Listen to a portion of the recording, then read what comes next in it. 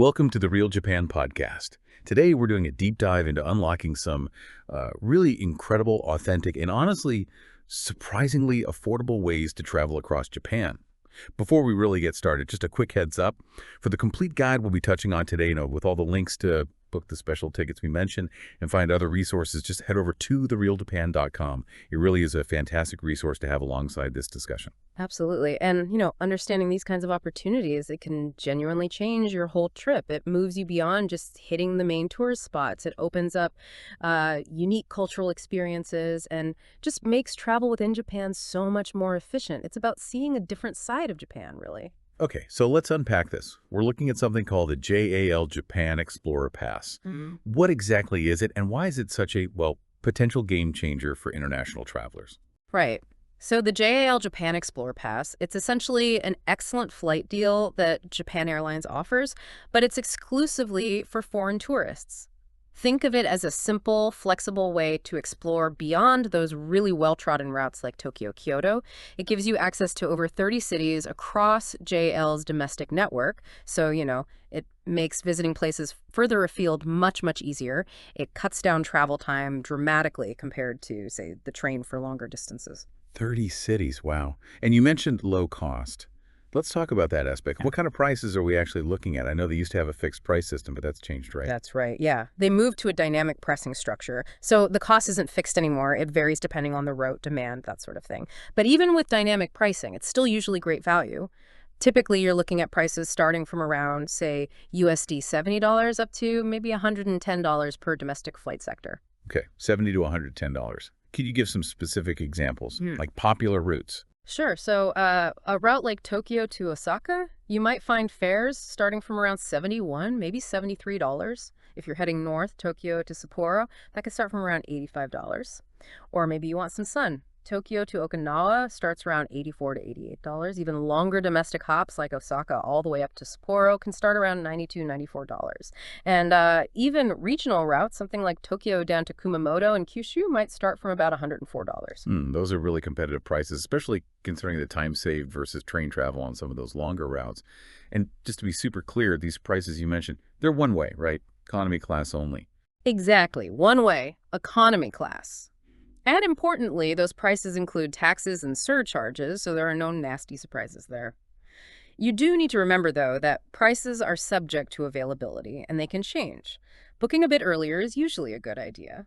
Oh, and while it's mainly economy, you can sometimes purchase an upgrade to Class J, that's their premium economy, or even first class at the check-in counter, but only on a standby basis, if seats are free. Also, just a note, sometimes fares might not show up for certain routes if availability is really limited. Okay, good to know about the standby upgrades and availability. But here's where it gets really interesting, I think. It's not just about the price, is it? What are some of the, enhanced benefits JAL throws in with this Explorer Pass? What sweetens the deal beyond just a cheaper ticket? You're absolutely right. JAL definitely adds value beyond the fare itself. There are two really big ones. First, you get unlimited free Wi-Fi on their Wi-Fi-equipped planes across Japan. That means you can actually stream movies or music, send messages, browse online, check social media, even watch YouTube, all on your own phone or tablet while you're flying. Unlimited Wi-Fi in the air. That's huge, actually, especially for longer domestic flights or just staying connected. What's the second big benefit? The second one is enhanced free checked baggage allowance. This is a really noticeable improvement compared to standard domestic flights in Japan. With the Explorer Pass, you get 2 free checked bags, and each bag can weigh up to 23 kilograms, which is about 50 pounds. 2 bags at 23 kilos each. That's definitely more than the usual domestic limit, isn't it? It is, yeah. Typically, domestic flights might limit you to just 20 kilos total, sometimes just one bag. So this is much more generous. It's great if you, plan on doing some shopping or just tend to pack a bit heavier. And another great point for families, they also let you check in things like baby strollers, carriages, and child seats free of charge on top of the regular allowance. That really helps. That baggage allowance is a really practical plus, especially for families or longer trips. Okay, so this sounds fantastic. Who exactly is eligible for this pass then? Are there strict requirements you absolutely have to meet? Yes, there are, and they are quite strict, so it's really important to get this right. First, your official residence must be outside of Japan. This is purely for international visitors. Second, you absolutely must hold an international round trip or an inbound-outbound ticket to and from Japan. You need proof of that international travel when you book and ticket the Explorer Pass flights. Third, they require your passport information when you purchase the pass. And what happens if you, say, get to the airport and it turns out you didn't quite meet one of those conditions? Well, that's the crucial part. If you don't meet the conditions, JAL states that customers may be asked to purchase a completely new, full-fare ticket right there at the check-in counter. So you really, really need to make sure you qualify before you buy, double-check everything. Oof. Yeah, that's a costly mistake to make. Definitely need to tick all those boxes. This raises an important question then. Are there any other key booking conditions or maybe some fine print that travelers should be aware of before they hit purchase? Good question. There are a few important things. While booking is flexible time-wise, you can buy tickets up to 24 hours before departure, and some routes even allow it up to just 20 minutes before the flight. The big one. Reservations cannot be changed after you've purchased the domestic tickets, and all tickets are completely non-refundable. No changes, no refunds. Okay, that's a big commitment. You need to be pretty solid on your plans. Exactly. You lose that flexibility once you've paid. Also, something to note, there are no child discounts. Kids pay the same fare as adults. Though infants under 2 years old can travel free if they don't need their own seat. And it's worth knowing which airlines are covered. The pass is good on flights operated by JAL itself, JAL Express, JAir, and Japan Air Commuter.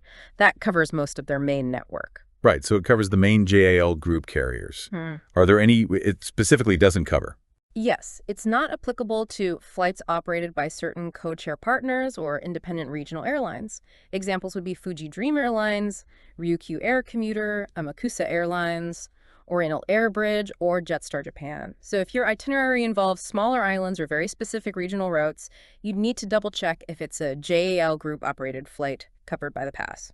Using a travel guide or the resources on therealjapan.com to cross-reference cities included in the fare is a good idea when planning. Okay, that makes sense. Stick to the JAL group flights. Now, what's fascinating here is JAL the only airline offering something like this? Or are there alternatives if you want to fly around Japan economically? JAL isn't the only one, no. Their main competitor, All Nippon Airways, or ANA, has a very similar program. It's aimed at foreign tourists as well, and it's called the ANA Discover Japan Fare. So you definitely have options. It's worth comparing ANA's offering with JAL's Explorer Pass based on your specific routes and needs. Good to know there's an alternative with ANA. Gives people choices. Okay, so we've covered flying around Japan pretty thoroughly with these passes. It sounds surprisingly affordable and efficient. But sometimes, the biggest hurdle isn't just the transport between cities. It's planning the perfect trip once you're actually there. Making sure it's authentic, fits your interests, isn't just stressful. I remember feeling totally lost trying to figure out train schedules and where to stay on my first trip. Oh, absolutely. The sheer amount of choice and information can be overwhelming. Getting the logistics right, finding those unique experiences, choosing the right places to stay, it takes a lot of time and effort. And that's exactly where personalized travel planning can make a huge difference. Which brings us to Rob Dyer, the founder of The Real Japan. Right. Tell us a bit about Rob and what The Real Japan is about. Sure. Rob's a writer and publisher originally from England, and he's been exploring Japan really deeply since way back in 2000. His real passion is getting off the beaten track, whether that's finding hidden gems in big cities or exploring remote islands. He started The Real Japan specifically to help independent travelers like you find that balance between seeing the iconic sites, the must-dos, but also experiencing something truly authentic, going beyond the cliches and connecting with the real Japan that maybe isn't always obvious. Okay, let's unpack that. Rob offers bespoke travel planning services. What does bespoke actually mean in this context? What does that service look like for someone trying to craft their dream trip but feeling a bit lost? It means it's completely customized to you. He acts sort of like your personal Japan travel concierge, but one with 2 decades of on-the-ground experience. He helps you build an itinerary that matches your specific interests, your budget, your travel style. It saves you potentially weeks of research. You can choose different levels of help. Maybe you want a fully detailed personal itinerary day by day mapped out, or perhaps you're interested in unique experiences. He can arrange things like private access to amazing craftspeople, maybe a potter, a swordsmith, a chef.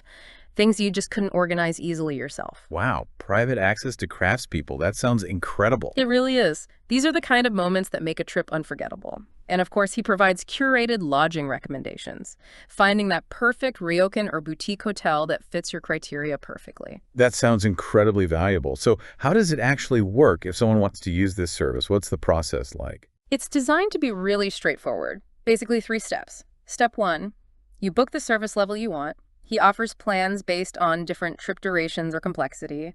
Step 2, Rob then works with you. This might involve an initial questionnaire, maybe a Zoom call to chat through your ideas or exchanging emails. He digs into what you really want from the trip. He takes all that input, applies his expertise, maybe suggests things you hadn't considered. Step 3, your dream Japan plan gets delivered. He dedicates time specifically to crafting your personal solution, itinerary, bookings, recommendations, whatever you've agreed on. He can also help refine ideas you already have, give expert advice on transport like airport transfers or rail passes, even look into private flights if that's needed. The whole point is to take the stress and endless research off your plate. It really sounds like it lifts a huge weight off your shoulders. The value seems clear, especially hearing testimonials.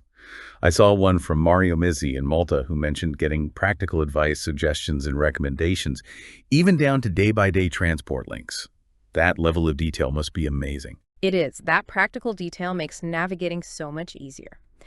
And then there was Martine F. from Canada. She said the service was incredibly valuable to reworking my itinerary. She highlighted help with scheduling, logistics, advice on sites, basically making sure her plan flowed logically and made the best use of her time. Getting that expert eye to streamline things is often exactly what people need. Absolutely. And I liked what Andrew Rondeau from the UK said. Saved me more than the cost of the service. Excellent stuff. He felt it helped him get the best experiences and use his time most effectively. That really hits home, doesn't it? It's an investment that pays off in the quality of the trip itself. That's precisely the goal. It's about transforming your travel. It's making sure you don't just skim the surface, but actually connect with the Japan you've always dreamed of finding. It's about getting beyond the standard tourist trail and discovering something more personal, more meaningful. Okay, so wrapping up our deep dive today, we've looked at a really smart way to fly around Japan affordably using the JAL Explorer Pass. And we've explored how invaluable personalized planning, like the services from Rob Dyer at the Real Japan, can be in crafting that perfect, authentic experience. Just a reminder again, for that complete guide we mentioned, with all the links for booking the JAL Pass and other resources, do head over to therealjapan.com. It really ties everything together. And of course, if you feel you need that extra help planning your Japan adventure, definitely check out the bespoke travel planning services offered by Rob Dyer, the founder of the Real Japan. You'll find all the details right there on the website. We really hope you enjoyed this deep dive on the Real Japan podcast. We genuinely love to hear from you. Feel free to leave a comment or ask a question wherever you're listening. So the final thought to leave you with is, what hidden corner of Japan will you explore now that you know how much easier and more affordable it can potentially be?